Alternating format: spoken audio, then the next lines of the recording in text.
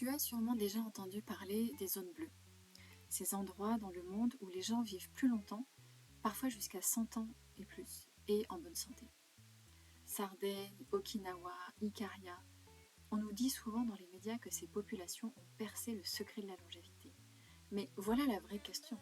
Est-ce que ces zones sont vraiment exceptionnelles ou est-ce qu'on a un petit peu exagéré? Aujourd'hui, on va analyser ce que dit la recherche scientifique la plus récente, notamment en décortiquant une scoping review publiée en juin 2025 qui a étudié 65 études sur le sujet. Et tu vas voir, c'est beaucoup plus nuancé que ce qu'on entend habituellement. D'abord, c'est quoi une zone bleue? À l'origine, c'est une région où l'on observe un nombre anormalement élevé de centenaires. Mais pour être crédible scientifiquement, ces observations doivent reposer sur des critères stricts. Vérifier les certificats de décès, s'assurer que les personnes sont bien vivantes, comparer avec les régions voisines et définir précisément la zone géographique. Sans ces critères, on peut facilement tomber dans des erreurs ou des exagérations. Alors combien de zones bleues existent vraiment? Dans cette revue, les chercheurs ont identifié 10 régions considérées comme zones bleues ou potentielles zones bleues. Alors attention, seulement 3 zones sont vraiment validées scientifiquement. Il s'agit de Ogliastra en Sardaigne, Okinawa au Japon, Nicoya au Costa Rica. Et pour les autres zones, soit les données sont limitées, soit les résultats sont incertains, soit les preuves sont insuffisantes. Au final, on avait aussi 5 zones qui étaient en cours d'investigation et 2 qui étaient exclues, qui sont l'île de Minorque et Loma Linda, une municipalité en Californie. Le fait qu'il n'y ait que 3 zones bleues validées scientifiquement, pour moi, c'est déjà une première surprise. Un point crucial soulevé par les chercheurs, c'est la fiabilité des âges. Parce que dans certaines régions, historiquement, il n'y avait pas d'état civil fiable, il pouvait y avoir des erreurs d'enregistrement, voire une surestimation de l'âge des habitants.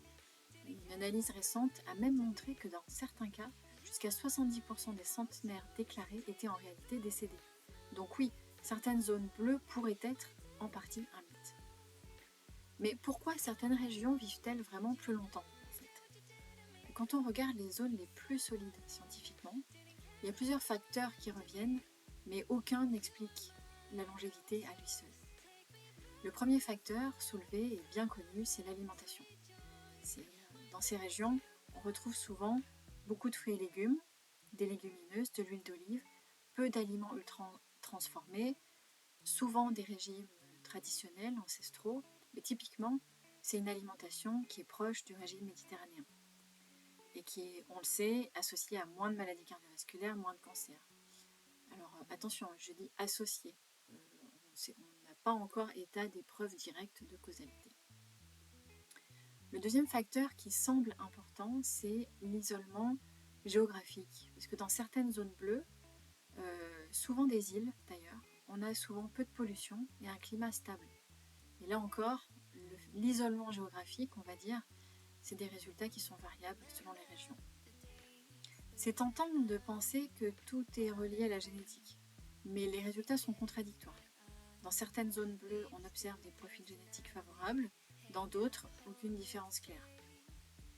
La conclusion, c'est que la génétique joue probablement un rôle, mais c'est pas suffisant.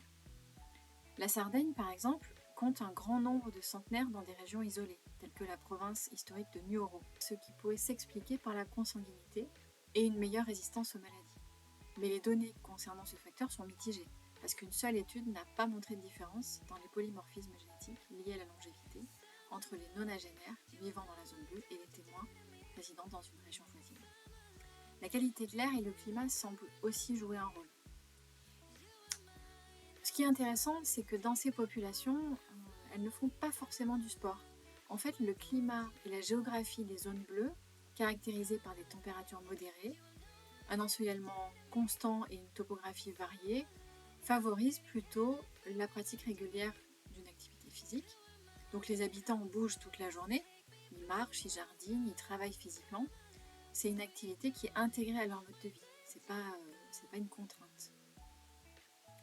On a un autre facteur qui est souvent évoqué aussi, c'est le facteur social.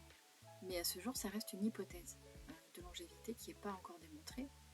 Et dans ces régions, vu l'isolement géographique, la topographie, on a une forte cohésion familiale, une vie communautaire. Et quand ils travaillent, ils ont l'impression d'être aussi utiles pour leur communauté. Et plusieurs études montrent que l'isolement social augmente le risque de mortalité. Donc c'est un petit peu dans le même sens.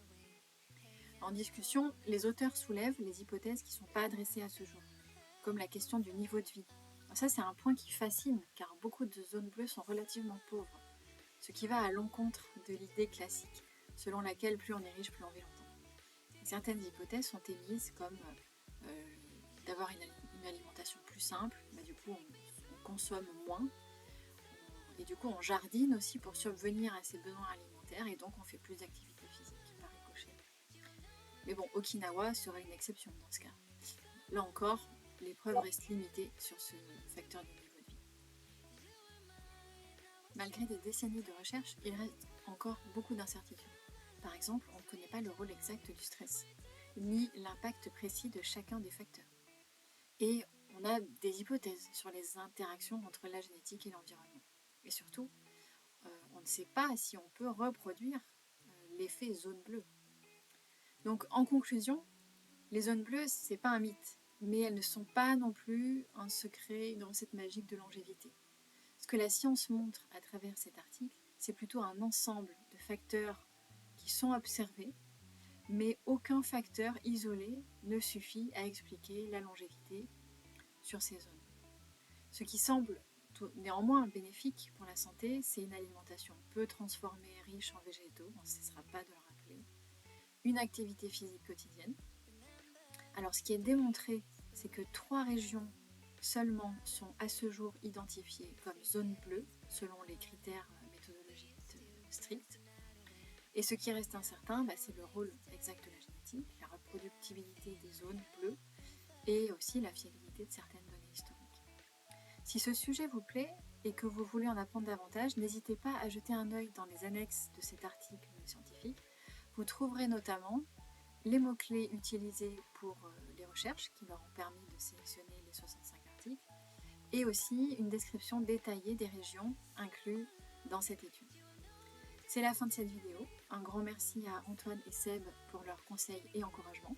Et vous, n'hésitez pas à mettre en commentaire des questions que vous vous posez sur votre santé. Je tâcherai de trouver du contenu pour vous renseigner. Je vous dis à bientôt pour de prochains décryptages d'articles scientifiques.